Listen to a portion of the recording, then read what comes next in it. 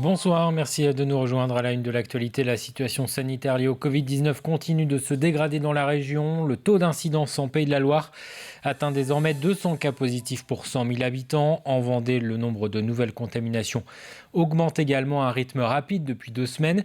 Il y a désormais 183 cas positifs pour 100 000 habitants, des niveaux qui n'avaient pas été atteints depuis le mois de novembre et le second confinement. La situation dans les hôpitaux reste en revanche relativement stable avec 834 patients pris en charge dans les Pays de la Loire, 78 en Vendée, dont 13 hospitalisés en réanimation au CHD de La Roche-sur-Yon. La vaccination contre le Covid-19, elle reprend progressivement cette semaine, notamment auprès des pharmaciens. La campagne a été sérieusement ralentie par la suspension préventive du vaccin AstraZeneca la semaine dernière. Depuis, les autorités de santé se sont prononcées pour une reprise des injections. Pour le professeur Régis Josian du CHU de Nantes, les études menées doivent rassurer les patients. Écoutez. Il faut faire attention entre association et causalité, et on sait très bien que quand on a un programme vaccinal comme il est développé actuellement, où je rappelle qu'il y a quand même plus de 400 millions de personnes sur la planète qui a reçu au moins une dose vaccinale, les données de pharmacovigilance vont nécessairement remonter des associations parce qu'on regarde plus fréquemment, effectivement, de façon plus précise ce qui se passe chez ces individus. Mais pour le moment, effectivement, toutes les données dont on dispose montrent qu'il n'y a pas de causalité démontrée. L'actualité, c'est aussi cette action de solidarité menée cette semaine à La Roche-sur-Yon. Des lycéens et des chefs se sont associés pour préparer des repas destinés à des personnes en précarité. Les plats ont été élaborés au lycée Nature par des élèves en bac professionnel, encadrés par des restaurateurs. Une initiative menée dans le cadre de l'opération La Tablée des chefs et qui, avec la crise sanitaire, a pris un accent particulier. Pierre Dalicieux. Ces jeunes ne sont pas en bac pro cuisine et pourtant ce sont bien eux qui vont préparer des repas durant 2 jours. Des repas qui seront distribués par la banque alimentaire à des bénéficiaires. On est là pour un projet collectif.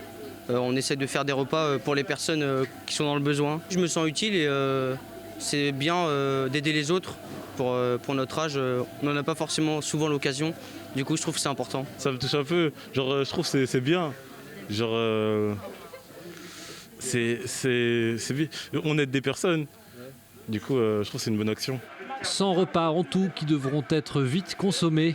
Ici, que des produits frais pour une recette végétarienne qui sort un peu de l'ordinaire. Une même recette au niveau national, mise en place par la Tablée des chefs qui organise l'opération. On a travaillé sur l'aspect diététique, alimentaire et d'avoir des saveurs. Et que tous les bénéficiaires puissent en utiliser. En fin de compte, on n'a pas de viande, on n'a pas de poisson dedans, pas d'œufs. Tout le monde peut en manger. Et je pense que ça peut permettre aussi de faire découvrir des saveurs, des produits. En Vendée, 2 lycées professionnels participent à la fabrication des repas, bien entourés par ce restaurateur de La Roche-sur-Yon et son équipe, tous bien sûr bénévoles. On a le temps en ce moment et puis c'est valorisant, c'est intéressant d'aider un petit peu les gens qui sont dans le besoin, qui sont dans la précarité, c'est chouette, c'est des belles actions en fait. Ça a vraiment du sens aussi en ce moment en fait. Pour ce lycée, l'opération est une bonne occasion aussi pour les élèves de se confronter à la réalité en préparant des plats qui seront consommés.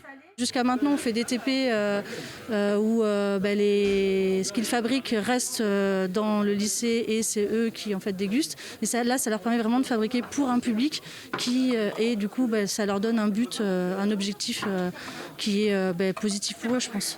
Chaque année en France, la Tablée des chefs prépare environ 15 000 repas à destination des bénéficiaires de l'aide alimentaire. Voilà qui nous amène à parler d'éducation. 6 écoles et 2 collèges vendéens vont tester un nouveau dispositif. Il s'agit des contrats locaux d'accompagnement. L'Académie de Nantes a été retenue pour expérimenter ce plan qui doit permettre d'aider les établissements qui ne sont pas en zone d'éducation prioritaire, mais qui accueillent des élèves confrontés à des difficultés scolaires ou sociales importantes. Le collège Cousinet de Chantonnay, celui des Colibert à Saint-Michel-en-Lerme, ainsi que des écoles de Douai-les-Fontaines, Montreuil et La Roche-sur-Yon disposeront de moyens supplémentaires. Par exemple, dans les moyens, on a des moyens pour développer encore plus le dispositif devoir fait. On a des moyens pour ouvrir dans certaines écoles ou certains établissements de l'école ouverte, par exemple, qui accueille les élèves pendant les périodes de vacances. Pour les écoles, on dispose de 10 postes qui permettent aussi d'aider les enseignantes et les enseignants. Donc on va repérer l'ensemble des besoins et ensuite on fera des arbitrages et on signera ces contrats avec les chefs d'établissement notamment, après qu'ils aient été présentés soit en conseil d'école, soit en conseil d'administration. Rencontre à présent avec Gringe, le rappeur et acteur qui a débuté sa carrière avec Orelsan, était à Fontenay-le-Comte pour échanger avec des lycéens, non pas sur la musique, mais sur la schizophrénie dont souffre son frère Thibaut. C'est avec lui que l'artiste a écrit un livre pour lever le voile et casser les préjugés sur ses troubles psychiatriques. Ce témoignage fort sur la maladie, les épreuves, les liens fraternels semble avoir touché les lycéens. Cyril Guillet. C'est ce que j'explique dans le livre, il a passé un pacte avec les voix qu'il entend et ces voix-là lui interdisent d'en parler à quiconque. C'est face à des lycéens très à l'écoute que le rappeur Gringe a raconté son histoire, plus précisément celle de son petit frère Thibaut, qui a été diagnostiqué schizophrène à l'âge de 21 ans. Dans ce premier roman, écrit à 4 mains et intitulé « Ensemble on aboie en silence », il revient sur les épreuves qu'ils ont dû traverser. Ça part d'un souci de vouloir aussi comprendre ce qu'on vit, quoi. Qu'est-ce qui a pu amener à la maladie, qu'est-ce qu'on vit depuis la maladie, comment on le vit. Et le fait de mettre des mots dessus, ça a un effet thérapeutique, quoi. Organisée conjointement par l'association Armulette et la librairie Florilège, cette rencontre avait été préparée par ses élèves bien en amont. Lecture de textes, présentation d'affiches, chorégraphie, chacun s'est investi à sa manière. Mais pas que, j'ai des poésies autour du bouquin et autour des pathologies mentales en espagnol. Ça, c'est à la fois une récompense, quand on a mouillé le maillot pour un projet et qu'on voit à quel point ça peut stimuler les gens autour. En tant qu'aide-soignant, nous interviendrons auprès de Thibaut à son domicile pour assurer l'hygiène et son confort. Il vient parler de son livre, mais avant, qu'est-ce qu'on lui propose, qu'est-ce qu'on peut lui dire de ce qu'on a vu, de ce qu'on a lu, de ce qu'on a ressenti, et pour qu'il y ait un vrai échange, et de renverser un peu les regards sur les autres. La matinée s'est conclue par un long échange entre les lycéens et l'artiste. L'occasion pour Gringe de faire tomber certaines idées reçues. La pathologie mentale et la schizophrénie touchent 2 millions de personnes, 600 000 personnes par la schizophrénie, l'entourage 2 millions. Enfin, c'est colossal en fait, il y a un Français sur 10 qui souffre d'une pathologie mentale. Et la schizophrénie, c'est souvent passé un peu sous le radar parce qu'on l'associe à des choses fausses, des gens qui seraient potentiellement dangereux pour les autres, c'est des conneries quoi. Donc c'était important, je mesure l'importance aussi d'en avoir parlé. Une parole claire qui touche directement ces jeunes. Donc on comprend ce qu'ils disent, ils font pas vraiment comme a dit Gringe. Ce qu'il m'a dit, il n'a pas essayé de faire l'écrivain, il a écrit ce qu'il pensait en fait. Et puis il y a ce lien avec le frère et sa maladie, et ça la rend vraiment plus abordable et accessible aux autres. Après un passage au lycée Bel-Air, le rappeur a terminé sa journée auprès des résidents de l'UHTT, l'Union d'hébergement temporaire et transitoire pour personnes atteintes de troubles physiques, basée à Fontenay-le-Comte. Direction à présent Bessay, la commune fait partie d'une liste de 30 communes vendéennes au cœur d'une étude scientifique particulière. Le CPIE Sèvres et Bocage mène actuellement une campagne autour de la pollution de l'air et pour cela pas d'instrument de mesure, mais une étude approfondie des troncs d'arbres, les lichens qui s'y trouvent sont en effet des indicateurs biologiques intéressants. Explication Marie-Aimée Copleutre. Depuis 2016, une opération scientifique est menée en Vendée pour mesurer la qualité de l'air. Le principe, évaluer la pollution atmosphérique à travers la présence de lichens sur les arbres. Ces étranges végétaux, mi-algues, mi-champignons, sont d'excellents indicateurs. Sur chacun de ces arbres, on va appliquer une grille avec 5 cases qui va nous permettre de compter à l'intérieur les espèces qui sont présentes et combien de fois on les retrouve. Pour pouvoir après faire des calculs et puis avoir une note de diversité lichénique. Certaines espèces étant très sensibles, on va moins les retrouver dans les zones polluées, alors que d'autres qui sont plus résistantes vont pouvoir se développer partout.